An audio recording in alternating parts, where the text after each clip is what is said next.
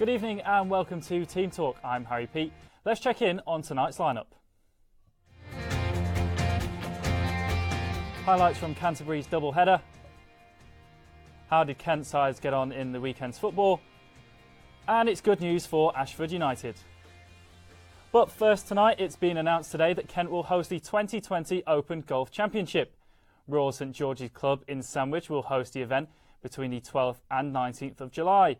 The course has regularly been used for golf's oldest major, with Greg Norman, Sandy Lyle and Ben Curtis among former champions to have won it. Royal St George's most recently hosted the Open in 2011 when Northern Irishman Darren Clarke claimed the claret jug. And Canterbury hosted a double-header of hockey matches on Saturday with both the men and women in action. James Shaw has the highlights. Canterbury women's hockey team got away with what could have been a drubbing after losing 3-2 to Leicester. Leicester started much stronger and forced Helen Fagg into some fine early saves. But the pressure was too much and Leicester opened the score with Rachel Mack. A fine solo effort saw Leicester double their lead through Katie Long. And Leicester were 3-0 up before half an hour played, the goal scored by Elizabeth Honnerman.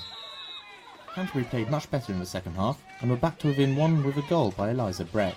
Canterbury had one last chance to equalise, but to no avail, and coach Ed Welch will reminisce on what could have been. We were absolutely more competitive second half. I think they followed the game plan that we set from the outside, predominantly, to be honest. We certainly pressed a lot better, put them under more pressure, but we also valued possession ourselves and created more opportunities. And yeah, unfortunately, one of the many that we had at the end, we just couldn't quite put away. The men's team struggled to survive, carried on with a valiant yet fruitless effort against Reading. Deacon Stubbings had a fantastic game in goal, making good saves throughout the game. Tom Carson scored from a tough angle to get Reading 1-0 up.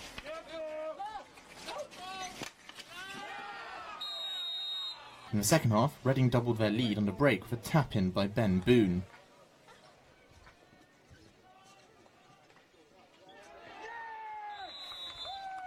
Josh Pollard pulled one back, intercepting a pass and rounding the keeper.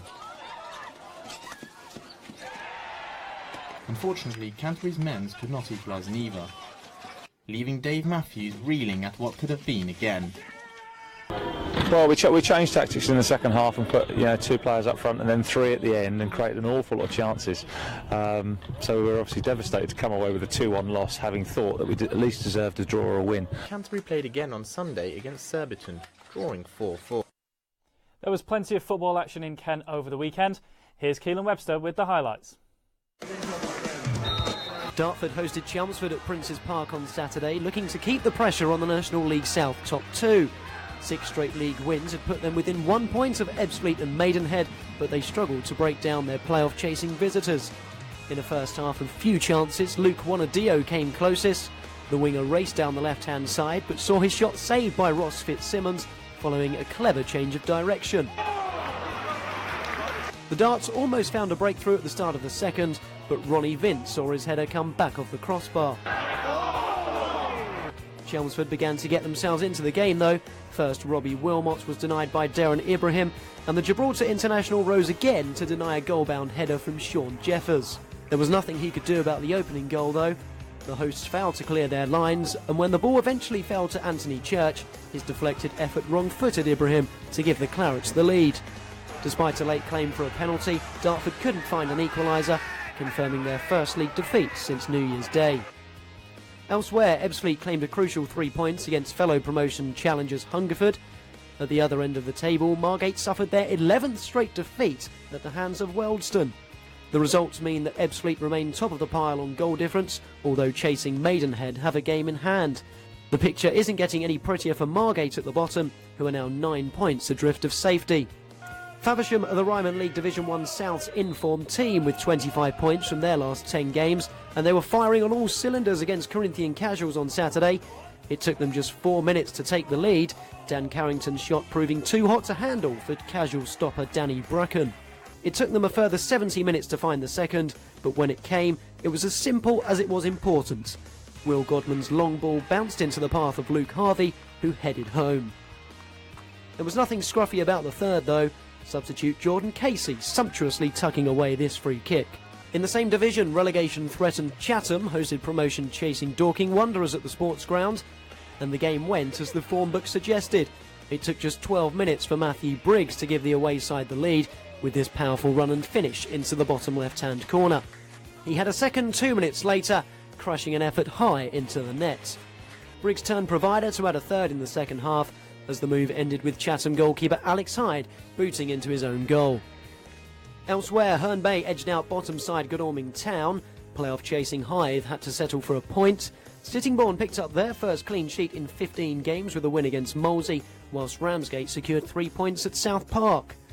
It was more misery for Gillingham as their 2-1 defeat at bottom side Coventry leaves them just a point above the League One drop zone. There was better news in the National League as Maidstone scored 4 first-half goals to see off Chester. Dover also won, coming from behind to win at North Ferriby. It means they're in that final playoff spot, 2 points clear of Barrow. Maidstone's win doesn't keep them out of the drop zone though, they're a point behind Woking. And finally, in the Ryman Premier, both Folkestone and Tunbridge Angels scored 3 times on their way to victories. And finally, Southern County side Ashford United's promotion hopes looked to have been dealt a big blow in November when the FA said the club had missed a deadline to hand in paperwork that would allow them to move up divisions. But last week that decision was overturned and now went to Homelands Park to get the reaction.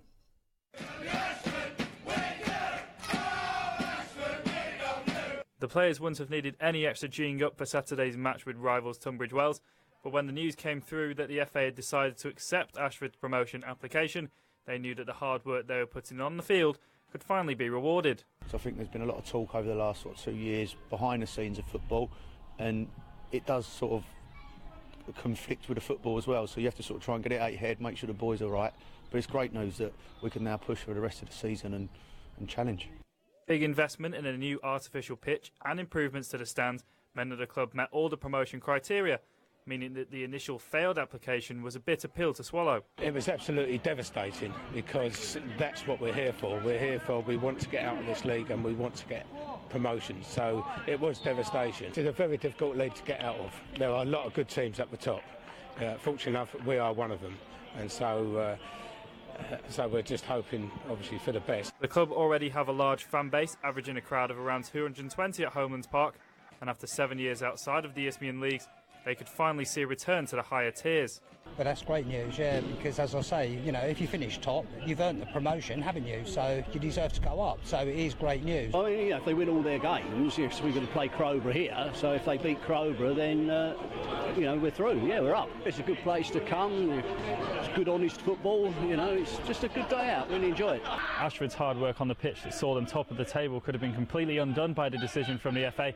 But the fans and the board members here have stuck together to bring what could be a successful season for the Green and Whites. That's all from us this evening. Don't forget to follow us on Twitter, Instagram and Snapchat using the handle KM_Team Talk. We'll be back next Monday with all the latest sports stories from across Kent. Have a great week. Good night.